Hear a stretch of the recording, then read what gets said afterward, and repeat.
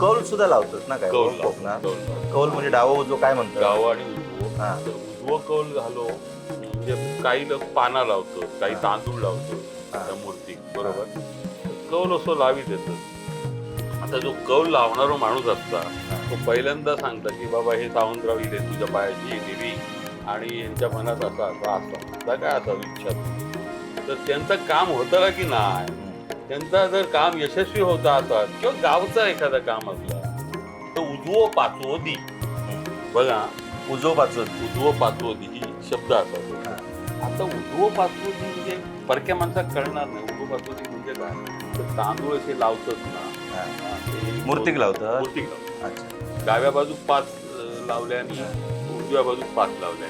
बघा देवीची मूर्ती आणि देवी तो सुद्धा उजवो लावतात. आणि पिंडी सुद्धा. हो म्हणजे कोकण म्हटल्यावर शंकराचं सगळं. होय. लोक काय म्हणतात की नाही तो तांदूळ तो ह्या करून ठेवी जातो म्हणजे नुसतं चिकटवला तसा नसता. सगळे तांदूळ तो त्याच ह्यांना चिकटवता ना जो गुरव असता तो बरोबर गावकार असता तो.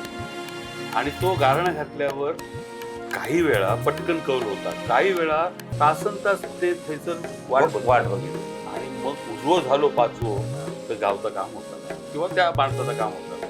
आणि दुसरं पडलो बाबा देवीच्या मनात नाही हा जाऊ नको पुढे ती भाषा. पण किती दिवसांत परत एक कौल लावू समजा डाव लागलो कौल तुम्ही नंतर परत दुसऱ्या दिवशी तिसऱ्या दिवशी लावू शकता. पण जोपर्यंत समजा प्रत्येक गावाचे नियम आणि प्रत्येक देवस्थानचे नियम वेगळे असतात. ते समजा 3 वेळा तुमका 3ही वेळा डाव पडलो तर मग त्या गावाचं काम होत नाही. चालू ठेवला तर होत नाही, यशस्वी होत नाही अशी लोकांची समज असते. संपूर्ण व्हिडिओ पाहण्यासाठी ओनली माने न्यूज चॅनलला जरूर भेट द्या.